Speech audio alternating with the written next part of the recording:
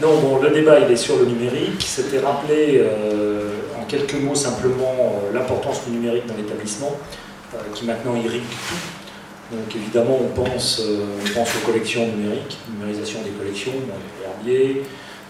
Il y a l'opération IRICOLNAT qui maintenant devient une infrastructure de recherche labellisée par le ministère, où on est en train de numériser des quantités considérables d'objets, même s'il y a beaucoup de plantes.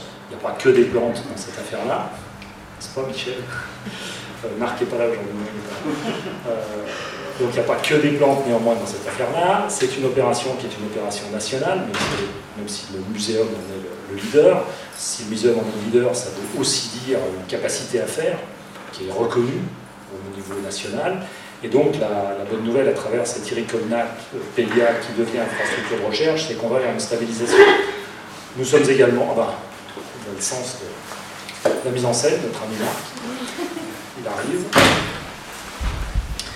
Alors nous sommes également engagés dans le même ordre d'idée dans une opération européenne, donc une infrastructure de recherche européenne, avec un projet qui s'appelle ISCO, qui est en train d'être porté. On a eu des échanges de mails encore ce matin, Michel, là-dessus. Le projet est en train d'être déposé, donc ça fait partie de tout cela. Donc ça, je parlais de la partie collection. Bien sûr, côté recherche, tu évoquais les aspects génétiques. Séquençage, ça amène tout ça à des quantités considérables de données. Côté diffusion, il y a aussi du numérique qui doit s'installer dans les processus de diffusion. Ça se voit aussi. Côté expertise, je vois qu'il y a du GBIF avec Anne-Sophie. Le numérique aussi est nécessaire. Il y a l'INPN, alors je vais mettre un peu en vrac, et bien sûr il y a l'Inventaire national du patrimoine naturel. Il y a tout ce que fait le GBIF, d'ailleurs en interface avec l'INPN, qui vont se retrouver d'ailleurs ensemble dans la future UMS Patrinat, donc ça va faire sens. Ils vont se retrouver ensemble dans cette unité. Donc on voit bien que le numérique irrigue un petit peu tous les compartiments, et je ne parle même pas de la gestion de l'établissement, où on a aussi des besoins numériques. Tout ça pour dire que dans la réorganisation qui est prévue, il est prévu également de mettre en place un comité de la stratégie numérique. Alors oui, j'oubliais aussi un truc important, les bibliothèques.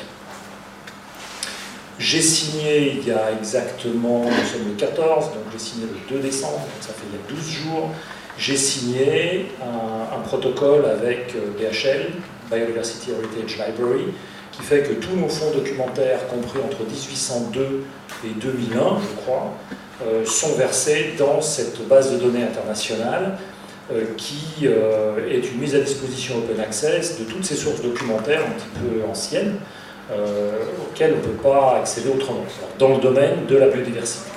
Mais ça fait des sources, des paquets de données absolument considérables. C'est géré aux États-Unis à la Smithsonian. On a signé avec eux. Ça faisait longtemps qu'ils attendaient que le muséum s'engage dans ce processus. Nous venons de nous engager dans ce processus. Donc pour coordonner tout ça, parce que, une fois qu'on a fait tout cet inventaire un petit peu du numérique en disant qu'il est partout, et on constate effectivement qu'il est partout, il faut qu'on ait également des leviers qui permettent de coordonner, d'avoir une stratégie numérique la plus cohérente possible. Ne serait-ce que pour éviter de dupliquer des efforts à droite ou à gauche, où plusieurs personnes, indépendamment, pourraient finalement s'engager sur des chemins pas identiques, mais au moins similaires. Donc on va mettre en place un comité, c'est d'ailleurs pratiquement mis en place, je crois, un comité en charge de la stratégie numérique dans l'établissement, pour justement coordonner tout cet ensemble. Ça fait partie des comités de stratégiques qu'on souhaiterait mettre en place pour travailler et se rapprocher d'un mode de fonctionnement en mode projet sur un certain nombre de questions importantes qui traversent l'établissement. Alors il y aura aussi du fonctionnement en mode projet sur des choses plus petites, plus modestes, qui sera un projet mieux identifié, mais le numérique est une vaste question et il faut qu'on soit en ordre de marche pour pouvoir l'accompagner. Donc voilà ce que je pouvais dire très très rapidement sur où on en est dans la stratégie numérique au niveau de l'établissement. Après, ça peut se retrouver à une autre échelle. Le fait, par exemple, qu'on ait mis bibliothèque et documentation dans la direction générale déléguée aux collections, c'est pas anodin non plus, c'est bien aussi fait pour partager un certain nombre de pratiques, dont certaines vont tourner autour du numérique. Et de l'archivage d'objets, en fait, que ces objets soient des fossiles du Crétacé ou des ouvrages. On retombe sur un certain nombre de problèmes identiques. Donc on cherche à accroître la cohérence. Voilà. Maintenant, c'était marqué que c'était un débat. Est-ce que tu penses que le numérique va pouvoir permettre au muséum de rayonner autrement? Ouais, je pense que par l'exemple que je viens de donner avec Biodiversity Heritage Library, je pense que ça va participer au rayonnement du muséum. Je pense effectivement que là, nos fonds documentaires anciens, dont certains sont absolument exceptionnels, vont être mis à disposition du monde entier, de manière ouverte. Donc là, ça participe à notre rayonnement. Le travail accompli, je dis d'autant plus volontiers qui sont là, par Marc Pignal, par Michel Guiraud, pour promouvoir finalement la gestion numérique des collections, ça participe à notre rayonnement. Hier, nous avons reçu, n'est-ce pas Marc, un de nos grandes mécènes qui est la Fondation de la Maison de la Chimie. Marc l'a fait visiter l'herbier, la galerie de botanique, je les ai reçus un tout petit peu après. Ils sont évidemment très sensibles à la numérisation de l'herbier qui a été accomplie. Donc ça participe à notre rayonnement et ça participe aussi à la sensibilisation de mécènes et donc à l'accroissement de nos ressources propres sur certaines choses. Donc ça fait partie aussi des choses importantes. Donc évidemment que ça participe à notre rayonnement. Mais le numérique, c'est jamais qu'un outil. C'est un outil. Moi je pense que c'est un outil qu'on peut utiliser pour des tas de choses. On peut aussi utiliser un marteau pour enfoncer une vis, ça marche moins bien qu'un tournevis, mais ça peut marcher aussi. Donc, ce que je veux dire, c'est un outil qu'on peut utiliser pour des tas de choses, mais j'insiste sur la nécessité de le coordonner, justement. Qu'il y ait une vision d'ensemble d'une stratégie d'établissement autour de ce numérique. Je ne sais pas encore quelle sera, c'est à ce comité, justement, de travailler là-dessus, et je ne veux pas aller au-delà de mes limites intellectuelles en disant qu'il faut travailler exactement comme ça, mais c'est la dynamique à installer, c'est bien celle-là. Donc ça ne va pas résoudre tous les problèmes, mais ça participera incontestablement au rayonnement de l'établissement. Est-ce que c'est une façon aussi plus facile de s'adresser à tous les publics? C'est certain qu'on est à l'ère du numérique. Bon, après, au niveau de la diffusion, on va installer on va essayer d'installer, c'est pas encore on va essayer d'installer dans la grande galerie d'évolution une salle d'imagerie virtuelle, d'imagerie 3D. Les gens ont des casques, enfin comme maintenant ça se démocratise beaucoup, ils auront des casques et ils pourront voir des films en immersion. Donc là on est vraiment dans une stratégie numérique au contact des publics.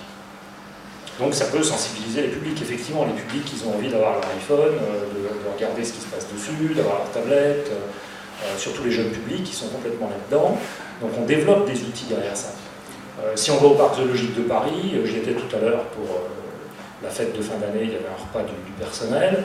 Il y a une application, si on visite le parc zoologique de Paris, on a une carte du parc sur son téléphone, et on a tous les enclos qui s'affichent avec des petits numéros. On clique sur un enclos et ça nous donne l'animal qui est dedans, ce qu'il vit, à quoi ça correspond, etc. etc. L'INPN, l'application INPN Espèces, qui a été développée par le SPN, par nos services, c'est nous qui l'avons développée.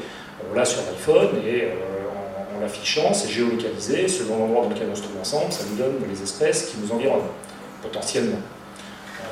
Donc ça affiche 6 espèces par 6 espèces, on clique sur une image, ça donne des informations sur les espèces, jusqu'à sa carte de distribution, on secoue le téléphone, ça en donne 6, etc., etc. Donc là on est bien dans notre siècle. De toute façon, on entre dans un siècle numérique. Si on n'est pas en capacité, nous, de le faire en tant que muséum, on a perdu. Donc, je veux dire, c'est même pas un choix politique, c'est une nécessité.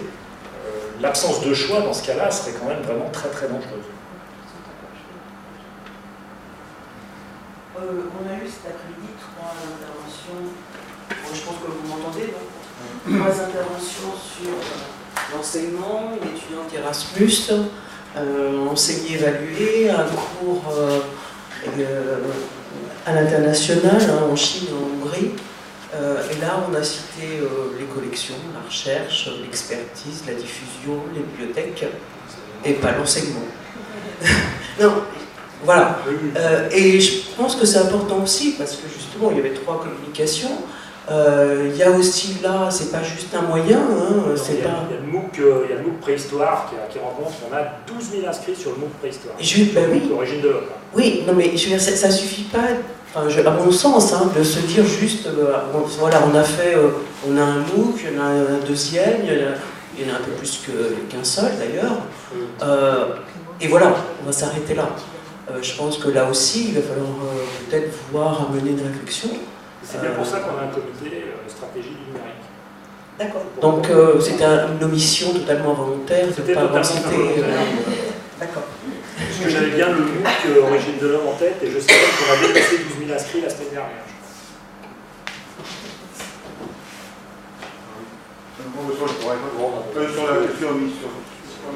Sur la question de l'intérêt, voilà, de la numérisation. Ce qui consistait aussi, c'est qu'on augmente en fait la base des utilisateurs et des usages, et il ne faut pas parce qu'on fait un comité d'orientation stratégique, mais aussi les conséquences en termes de métier. Parce qu'avec justement la numérisation, avec l'utilisation et la valorisation de tout ça, il faut voir les conséquences que ça va avoir. Alors, il y a des conséquences directes. Par exemple, aux collections, ce qu'on a pu voir et mesurer, c'est que dès qu'on informatise, dès qu'on met à disposition effectivement ces collections-là sont connues de la communauté scientifique, de suite ça se traduit par une augmentation du nombre de consultations qui sont demandées. Or, voilà, je veux dire, donc, effectivement, ça veut dire qu'il y a des arbitrages en permanence, ce qui fait que du coup, on augmente les ressources à mettre pour aider la consultation, et donc ça fait que du coup, la conservation, ça, il y a des enjeux derrière d'activité. Et puis il y a des enjeux de métier. On numérise les collections, on est en train de mettre des outils pour les utiliser, pour les documenter pour la communauté scientifique. Comment est-ce qu'on va gérer cette information scientifique? Je pense qu'on est effectivement, on fait beaucoup, les gens numérisent beaucoup, donc il faut aussi se poser la question des futurs métiers qui sont peut-être à créer. Et effectivement, le muséum, comme il a quand même un point dans ce domaine-là, il est quand même très bien placé pour réfléchir à ces questions de métier. C'est exactement, c'est la gestion. Je peux répondre précisément. Il faut le micro.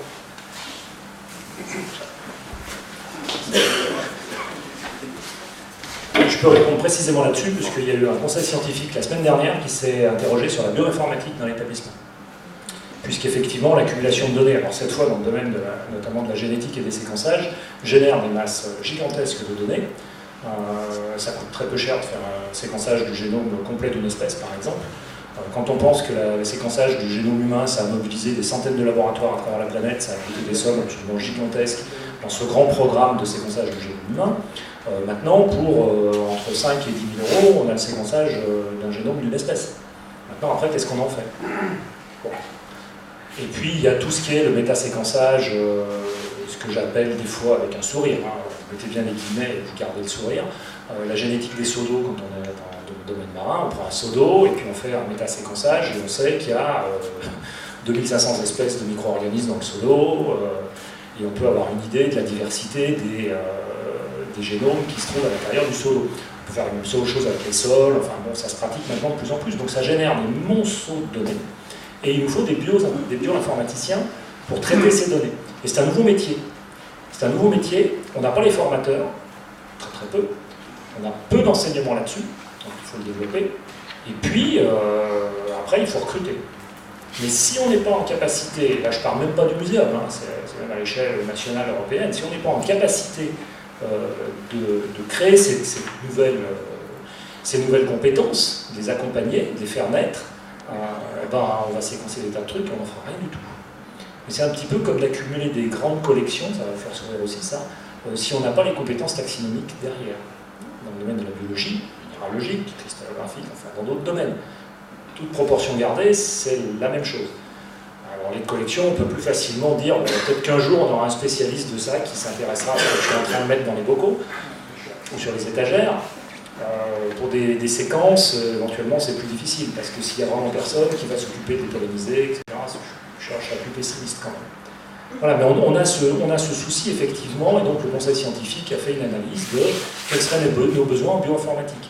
Mais ça veut dire qu'il faut qu'on soit aussi en capacité de recruter dans ce domaine. Et comme on a un nombre fini de postes, si on recrute dans ce domaine, on ne recrutera pas dans d'autres. Bon. Mais le besoin est identifié. Hein.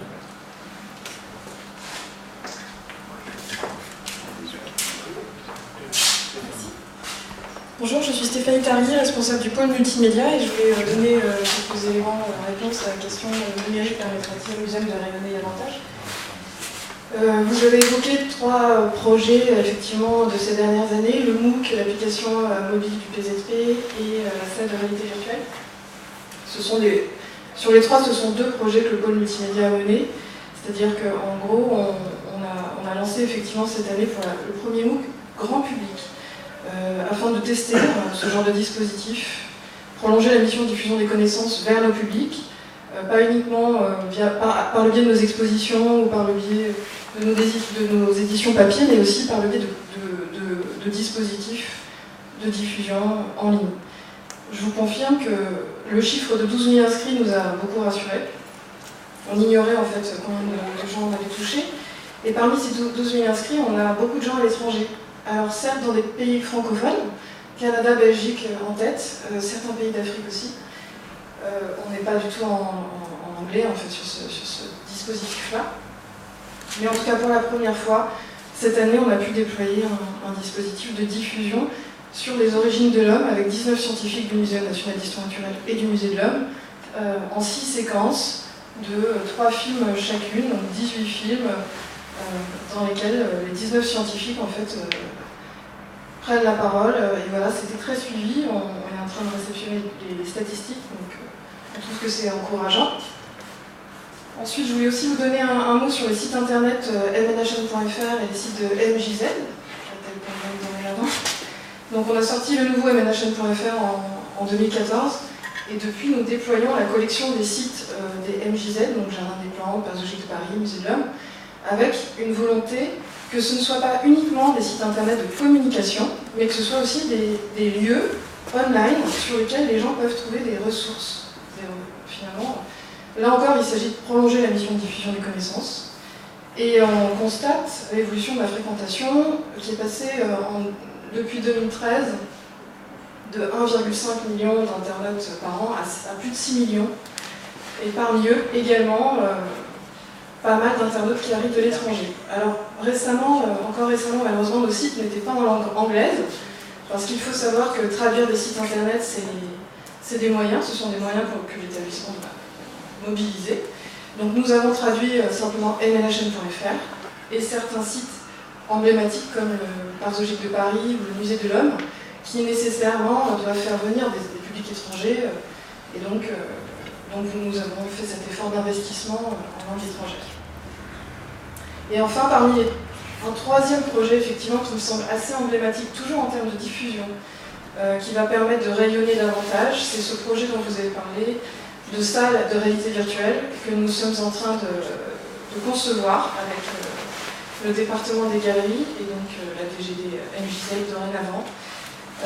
Grâce au mécénat d'Orange, je tiens à préciser parce que de plus en plus, bien entendu, pour parvenir à déployer ces moyens, il est nécessaire de chercher justement des investisseurs en fait, tout en défendant toujours, et nous y veillons, les messages et les valeurs qui sont portés par le muséum. Et donc cette semaine, nous venons, monsieur David, vous me l'avez confirmé, vous nous autorisez aussi à tisser un partenariat avec HTC. HTC, c'est donc cet acteur international des casques de réalité virtuelle qui vont nous permettre de mettre en place, à partir de l'été prochain, à la Grande Galerie de l'Évolution, un arbre du vivant, dont le commissaire scientifique est Guillaume Lecointre. Et donc nous allons pouvoir permettre aux visiteurs de la Grande Galerie de pouvoir naviguer pour la première fois dans l'arbre du vivant, sous forme sphérique. Donc ce projet il aura lieu dans la Grande Galerie de l'Évolution, mais grâce à HTC, en fait, on va pouvoir le mettre sur une plateforme qui sera accessible dans 30 pays. Donc le Muséum national d'histoire naturelle va porter ce projet dans 30 pays. Stéphanie, peut-être tu vas ajouter sur les réseaux sociaux aussi. Ah oui. Au niveau rayonnement. Oui, effectivement, c'est vrai que... Pendant qu'on était sur les sites, je pense que je parle assez fort quand même pour être enregistré. Pendant qu'on était sur les sites, je voulais rajouter le cabinet de curiosité 3D, qui est aussi accessible, donc le cabinet de curiosité 3D qui est également accessible sur nos sites, où on a en réalité virtuelle un certain nombre d'objets emblématiques de nos collections, on n'en a pas des centaines, mais qui sont accessibles sur le site du musée. Donc ça fait partie aussi de la diffusion à travers une démarche numérique. Et cet arbre du vivant, vous voyez ce que ça veut dire, enfin je pense que les évolutionnistes dans la salle voient bien ce que c'est, puis même des minéralogistes peuvent le voir aussi, je pense. Donc c'est cette sphère où au centre de la sphère on a Lucas, et puis quand on se rapproche, quand on est à la périphérie, ce sont les espèces actuelles. Alors évidemment, toutes les espèces actuelles décrites ne seront pas illustrées dans la réalité virtuelle, mais il y en aura un certain nombre quand même.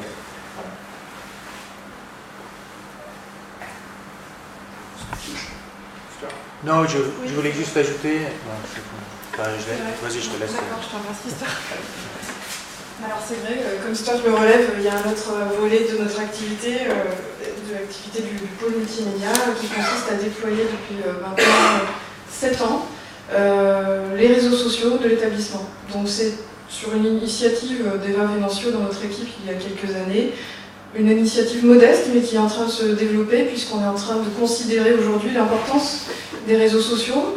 Nos publics sont connectés, ils accèdent à leur compte, ils sont connectés au quotidien en fait, ils ont leur téléphone mobile, et vous en faites partie en fait, on est tous équipés de téléphones mobiles, et une grande majorité de nos publics finalement utilisent les réseaux sociaux pour s'informer, se tenir au courant, soit de leur thématique de prédilection, soit aussi parce qu'ils ont envie de venir visiter nos établissements. Et donc nous déployons un certain nombre de réseaux sociaux depuis quelques années, notamment ceux des MJZ, mais aussi ceux de certains programmes scientifiques, comme la planète revisitée, sur laquelle certains moyens ont été déployés, comme vous le savez. Voilà. Je sais qu'à la DEF, d'autres réseaux sociaux dédiés au monde enseignant sont aussi en cours de déploiement.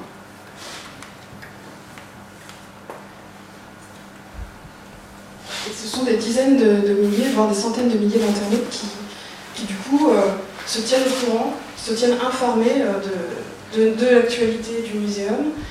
Et à travers ces réseaux, on leur transmet aussi des connaissances. On ne cesse de tenir cet objectif.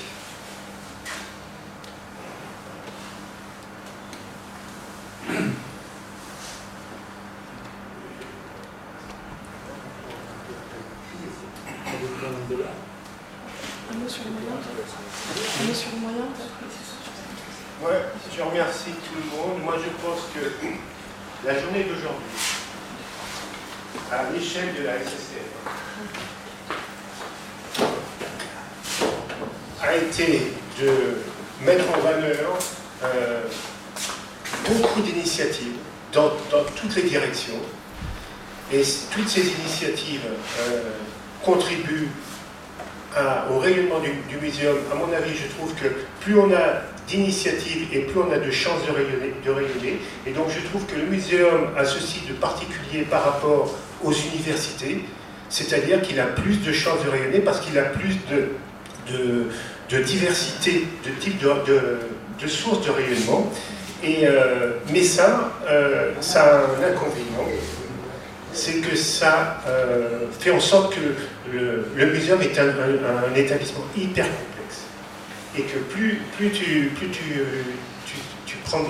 il y a d'initiatives et plus le système devient complexe, et plus le système est complexe, et moins il est lisible. Et je trouve que cette journée-là, en tout cas pour nous, et c'est le credo de la SSCM, c'est de parler de nous, sans complexe et sans vanité. Je pense que la SSCM permet, au moins aujourd'hui, mais je crois à travers les précédentes journées scientifiques, à améliorer la lisibilité de l'établissement pour nous. Voilà. Et donc je trouve que la SSCM, c'est une association de soutien au muséum, et je pense qu'elle devrait être reconnue comme telle sur le territoire. Merci.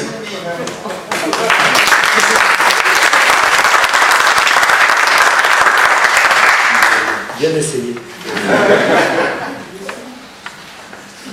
Non, merci, effectivement, merci pour votre activité. Je pense que c'est nécessaire d'apprendre aussi à se connaître.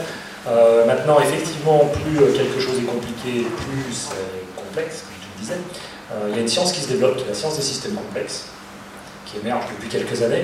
Donc peut-être qu'il nous faudra un spécialiste de la science des systèmes complexes au muséum, ne serait-ce que pour nous gérer.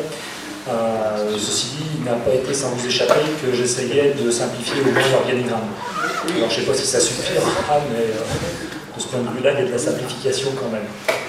Et j'espère que ça se traduira aussi par une simplification après, à terme, dans la vie quotidienne. Mais on est un établissement compliqué, hein, puis on reçoit, il y a 8 millions de visiteurs à peu près qui traversent nos sites chaque année, entre 3 et 4 millions de visiteurs payants, ça fait beaucoup de monde, donc ça nous fait par rapport à l'université effectivement un public absolument gigantesque, et ça diversifie considérablement nos métiers aussi, pas seulement nos sites, nos métiers, en plus on couvre un nombre de champs disciplinaires relativement important, certes moins important que des universités purement pluridisciplinaires qui vont de l'archéologie gréco-romaine en passant par le droit jusqu'à la physique nucléaire. Il n'est pas tout à fait aussi vaste, mais néanmoins on couvre quand même pas mal de champs, ce qui fait que, bon, effectivement, ça fait un peu plus d'un an que je prends la... Enfin, je savais que c'était un établissement compliqué, mais maintenant j'en suis convaincu. Voilà, en tout cas merci. C'est des corps collectifs.